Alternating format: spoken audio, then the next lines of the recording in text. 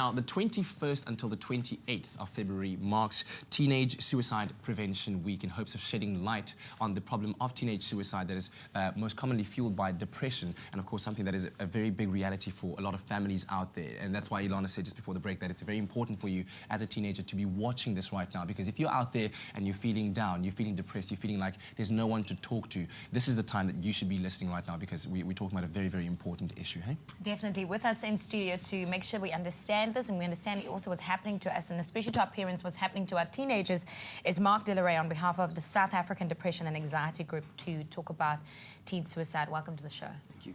Mark, tell me, how common is teen suicide in South Africa? It is quite common, actually. Unfortunately, every year it's sort of rising. If you look at the age group between 15 and 24, they are the highest level of suicide risk amongst them. And there's about 9% of all teen deaths in South Africa are related to suicide. And that is after you look at motor vehicle accidents and homicide. So it's very high, actually, amongst teens. I want to get to almost the basics of our problem here. You know, a lot of the time, teenagers don't even know what's happening to themselves. How does a parent know when their child is depressed? How do you as a teenager know that I'm not just sad today, that this is depression and maybe I should tell someone? I suppose it can be difficult with teens. Sometimes moods, change as the day goes along. But the first specifier the person would look at is if you see any symptoms, it needs to be at least 2 weeks that they need to be in place before you make any decisions. Right. The most obvious thing amongst teens would be seeing something like changes in the eating patterns or sleeping patterns, so either sleeping more or eating more or less, either way. Sort of sense of hopelessness. They might also lose interest in things that they enjoyed before, whether that's sport or games or those kinds of things. Those are the most obvious ones. And then also amongst teens you might see, as opposed to adults who have depression, you'd see irritability or anger more often than what you would see normally. And then, of course, isolation. They might sort of, stay in their rooms, not spend time with their friends, spend time with their families.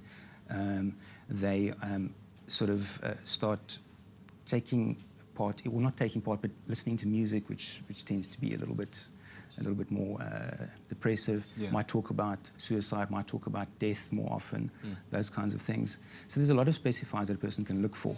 I think probably just to read up on some of them and look, because it may be a combination of them, it won't be all of them, but you might see a combination of them. Yeah. So then what do you do as a parent if you suspect that your child might be feeling depressed or might be suicidal? I think the most important thing for parents, if you are aware of your kids, looking at what they're doing, is to speak to them. And it's a gentle approach, first of all, just find, I've noticed that things have changed and you're not looking the same or feeling the same, it looks like to me. What's wrong? If that doesn't help, then of course contact a psychiatrist, psychologist, talk to them, or obviously the SADAG website, Facebook, wherever you can look at that, and any of the psychiatric clinics that you can call, and they'll give you advice over the phone immediately. I have to say this, it's not a shame when we call it what it is. A lot of the time we feel very shy to say, oh, I'm depressed. But you just said it. SADAG, that number 0800 567 567. So that's SADAG. There's counsellors waiting to take your call literally because they want you to speak to you. Any last words, Mark? No, I think for parents, just be aware of what's happening with your children.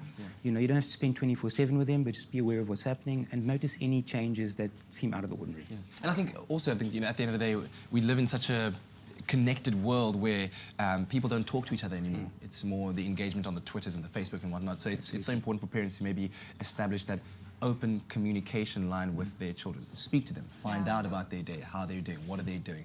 Be in the know about their lives. Yeah. Sure. Spend some time with them. Thank you, Mark, for coming to our studio. We really appreciate it. SADAG.org, that's the website as well. And you heard it. Speaking of Twitter, at the SADAG. So if you are on Twitter, at the SADAG, follow them for sure. Yeah. Or something else that we're following. Thanks, Mark. Keep speaking over you. I didn't mean to. It's all good. It's all good. It's time for the news.